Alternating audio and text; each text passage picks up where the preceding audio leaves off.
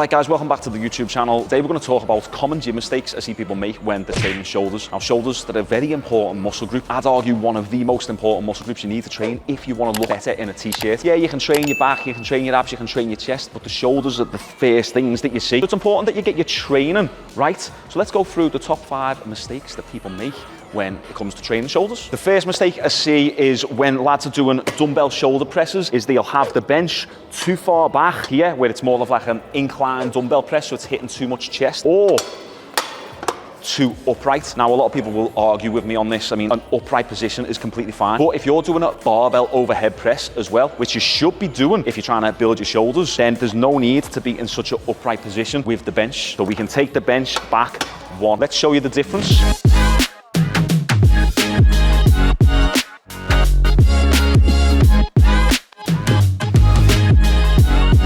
One bonus tip is that if you're too upright and you've got tight lats, you might actually struggle to keep the dumbbells in an overhead position because the lats are pulling your shoulders forward. So I like to just be 1 setting back. It's enough to still hit your shoulders, but it doesn't really involve much of your chest. This is what I see lads mess up all the time. It's common gym mistake number 2, and that's the setup of the actual dumbbells themselves. Getting the dumbbells from this position into the overhead position is one of the hardest things to do. I'm going to show you how to optimize it and save as much energy as possible for the actual exercise itself and not waste all your energy and effort just getting the dumbbells into position. Here's what I commonly see.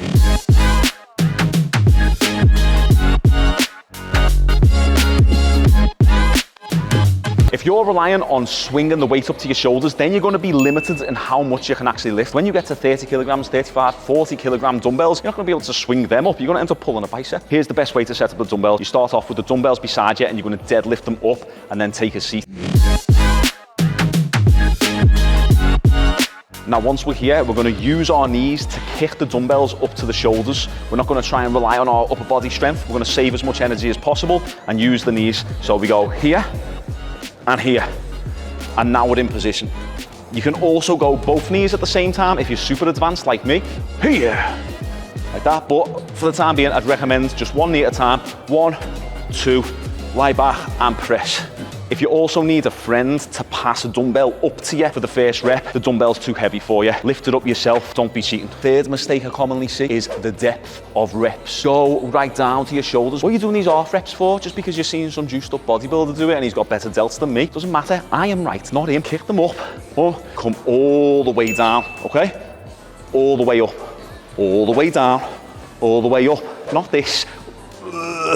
Okay, that's not a full rep. I don't know where this idea came from that you only need to get the dumbbells to your ears, your arms parallel with the floor. Get all the way down.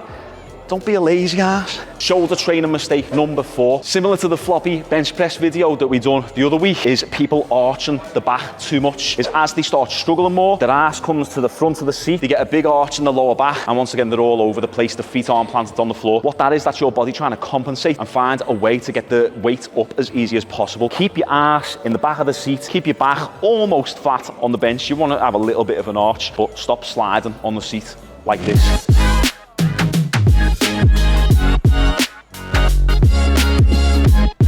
Shoulder training mistake number 5. I hate this one. I hate it with a passion when I see people do it. You know what? No, I'm not that judgmental. If you're in the gym and you're giving it a go, that's all that matters. But just don't do this, please, especially when I'm around. So it's getting overhead press and a push press mixed up. They're 2 completely different exercises. An overhead press is where you just use your upper body. You're just using your shoulders. A push press is where you're using momentum from your legs, boom, generated from your legs, your hips, to get the weight overhead, and your shoulders are finishing the movement. What a lot of people do is once they start struggling on overhead press, they start using the legs to finish the set. If you're trying to do 3 sets of 10 on 40 kilograms and then you're getting to 7 and you can't lift the weight anymore, put the weight back. Don't then try and finish the set by using your legs to build momentum. Here's what I mean. This is an overhead.